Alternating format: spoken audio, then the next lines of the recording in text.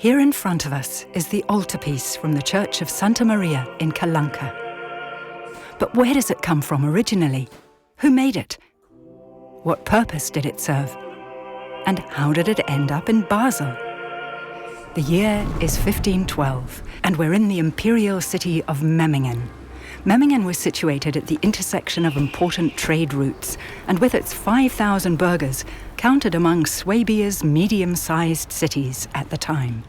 Here, Ivo Striegel, by then over 80, ran a flourishing business as a supplier of monumental altarpieces. His polyptychs, made according to his specifications by specialist craftsmen, were among Memmingen's top exports. Production of the altarpiece began with the joiner, who built the central box out of softwood and inserted the wing panels into their frames. A metal worker hammered on the hinges and fittings.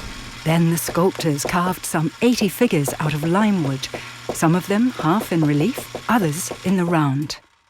The painting and gilding were done by the painters.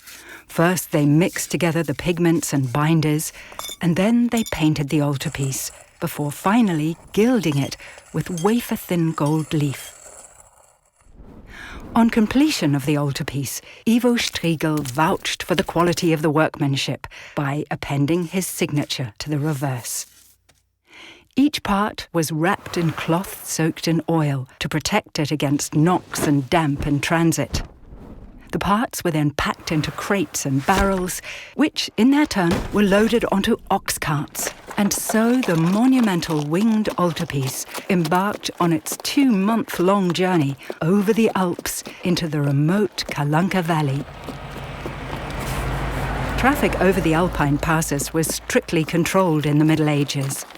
The wares had to be unloaded and reloaded at various way stations en route.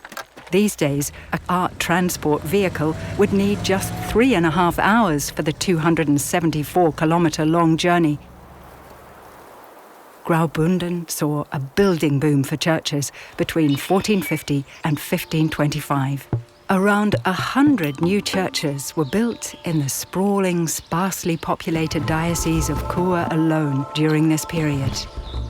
And in Italian-speaking Graubünden, the church of Santa Maria Assunta was to be furnished with a new altarpiece. Life in the Middle Ages was full of perils. The people of Santa Maria in Calanca hoped the presence of their patron saint would protect them against failed harvests and disease. The church was at the heart of village life. Its size and beauty attested to the prosperity of the place. Hence the decision to invest in an elaborate altarpiece. The altarpiece was assembled inside the church, not unlike a modular furniture system. Unfortunately, the craftsman assembling it made a mistake and mounted 2 of the wing panel reliefs on the wrong panel. On work days, the wing panels were kept closed and showed 8 saints to whom worshippers might confide their various worries and woes. Only on feast days were the wing panels opened to reveal the opulent interior. Medieval altarpieces fell out of fashion in the 17th century when they were replaced by modern Baroque paintings. The Calanca altarpiece, too, had to make way for a more modern work in 1724. As the 19th century progressed, more and more cities all over Europe opened their own museums. Basel was able to buy the Calanca altarpiece in 1887.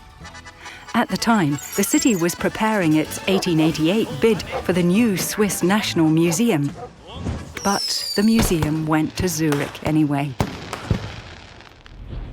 The Historisches Museum Basel opened inside the Barfüßer Church in 1894 with the Calanca altarpiece occupying pride of place in the choir, where it's remained ever since. Here it can be admired in all its glory, even on work days.